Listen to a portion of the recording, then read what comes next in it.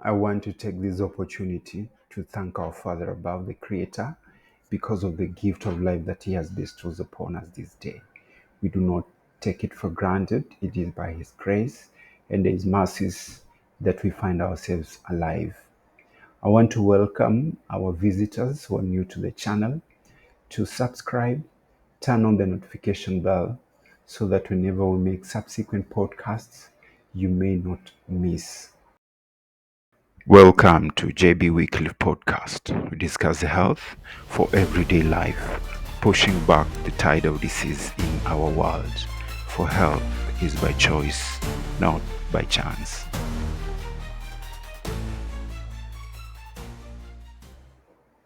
Did you know that the Bible is the great health manual? Today, we are going to explore and enumerate 8 health principles as found in the Bible. There are 8 principles that God has revealed in His Word, the Bible, that can be very useful to us if we know them and, more importantly, obey the principles and make them part and parcel of our lifestyle. We can easily remember these principles by the acronym New Start. N stands for nutrition. The best nutrition that God has provided for man is a plant-based diet. We find that in Genesis chapter 1, verse 29. Another principle is exercise. God has provided that we need to exercise our bodies, and the best exercise that all of us in all ages can be able to engage in is brisk walking. Another form of exercise is physical, helpful engagement activity. For instance, when we engage in digging, when we engage in planting, and generally in farming, activities that call out our physical energy and input are very helpful, not only economically, but also physically, and indeed every aspect of our well-being in terms of fitness. Water is a very important principle that we found in the Bible. In the Garden of Eden, God provided the 4 rivers. Go to the book of Genesis, and you're going to find that God provided the rivers in Genesis, and they watered the Garden of Eden. I want to believe Adam and Eve could not have lived if water wasn't provided to them. Most of us, we do not take adequate amount of water, and so we are encouraged that we take adequate amount of water. S in the acronym NewStart stands for sunshine. Well, there are regions in the world which do not see or are not exposed to sunlight as frequently as in the tropics. Example, in Africa, we are in the tropics, and so the problem with sunshine is not really a problem, even though lately there is skyscrapers building which may deny adequate exposure to sunlight and sunshine to the people, especially the young ones who are very vulnerable to abnormalities and sicknesses that are associated with vitamin D synthesis, which its precursor is exposure to sunlight. In the acronym New Start, T stands for temperance.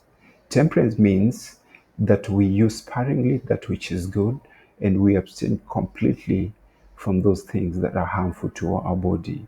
For instance, a good meal of fruits and vegetables and grains, and generally a plant-based diet, just because it is good. We are not supposed to overeat and become gluttonous, but we are supposed to take sparingly, or rather with self-control. The guiding principle for eating should be, when you feel satiety, then you stop eating. All right. Another very important principle in regard to temperance is we abstain from all those things that are harmful to us. One of those things that are harmful to us is the use of alcohol. Alcohol is very harmful to us. It impairs our It impairs our mind, and therefore we can fall victim of early loss of memory. It impairs our cognitive abilities. It can it can lead to accidents when you're not able to do right kind of judgment. In fact, alcohol may make a judge send someone who is innocent to the gallon. And so, apart from it impacting upon our mental status, it is also harmful directly to the organs of the body. One in particular is the liver.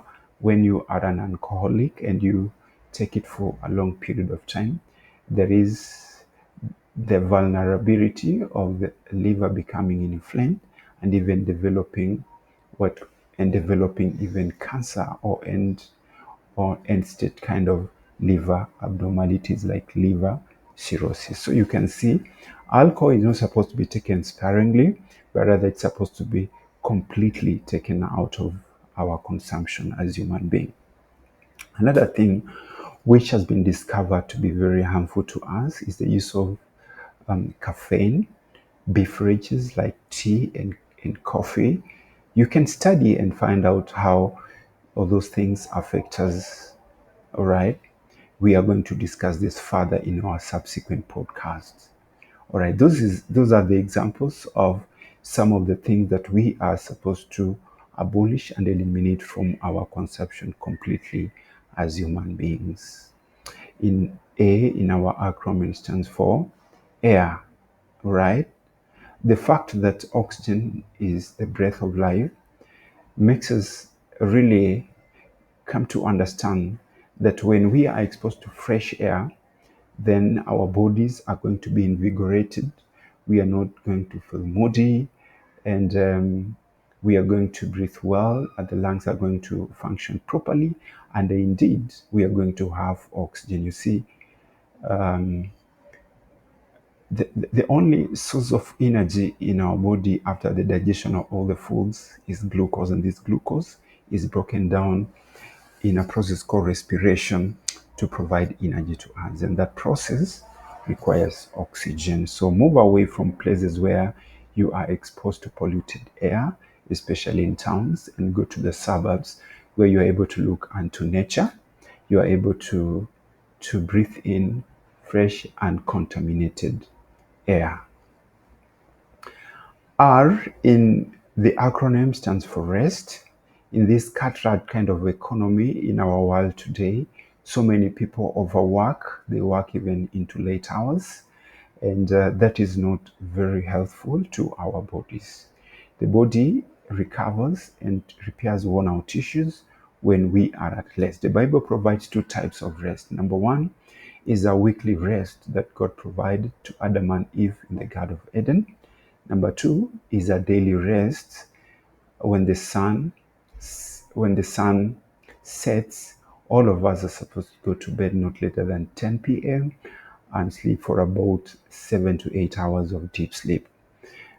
Modern science has just revealed that when we do that, then the chances of us becoming healthier and living a productive and enthusiastic, a passionate life is very high.